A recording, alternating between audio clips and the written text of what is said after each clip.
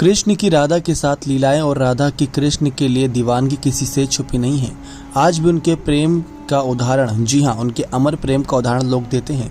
भले ही ये एक दूसरे के कभी हो ना सके, लेकिन फिर भी इनका नाम साथ में लिया जाता है। आखिर इसके पीछे की वजह क्या है?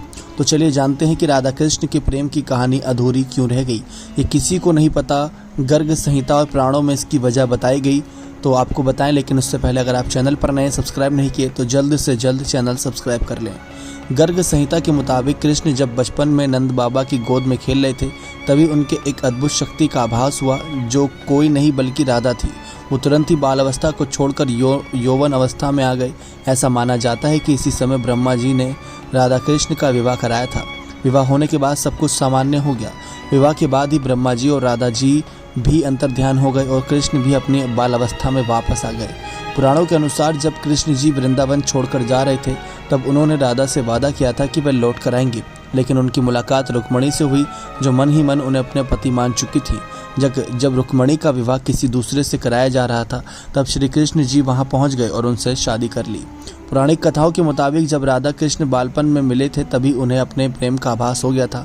राधा कृष्ण से उम्र में 11 महीने बड़ी थी और दोनों का प्रेम आध्यात्मिक था, इसलिए वह कभी शादी के बंधन में नहीं बन पाए।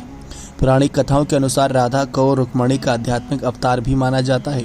अब तक इन कथाओं की माने तो राधा कृष्ण का विवाह सीधे तौर पर तो नहीं हुआ, लेकिन दोनों जीवन भर एक दूसरे से प्रेम करते हैं। ब्रह्मा विवर्त पुराण के अनुसार ही राधा का विवाह यशोदा के भाई रायन गोपा से हुआ था। राधा रिश्ते में कृष्ण की मामी लगने लगी थी, इसलिए भी उन्होंने शादी नहीं की थी। ऐसा भी कहा जाता है कि राधा ने अपना घर छोड़ दिया था और एक परछाई अपने घर पर छोड़ी थी, उसी से गोपा की शादी की गई थी। कृष्ण जी ने रुक्मणी से विवाह इसलिए किया क्योंकि वे जानते थे कि रुक्मणी ही राधा है। दरअसल राधा का ही एक स्वरूप रुक्मणी का था, तो इस वजह से ये अन्य चर्चाएं हैं कि राधा कृष्ण की शादी इस वजह से नहीं हुई। आपको क्या लगता है कि राधा कृष्ण की शादी क्यों नहीं हुई होगी? तो अपनी राय भी कमेंट सेक्शन में जोड़ दें। बहुत बहुत धन्यवाद।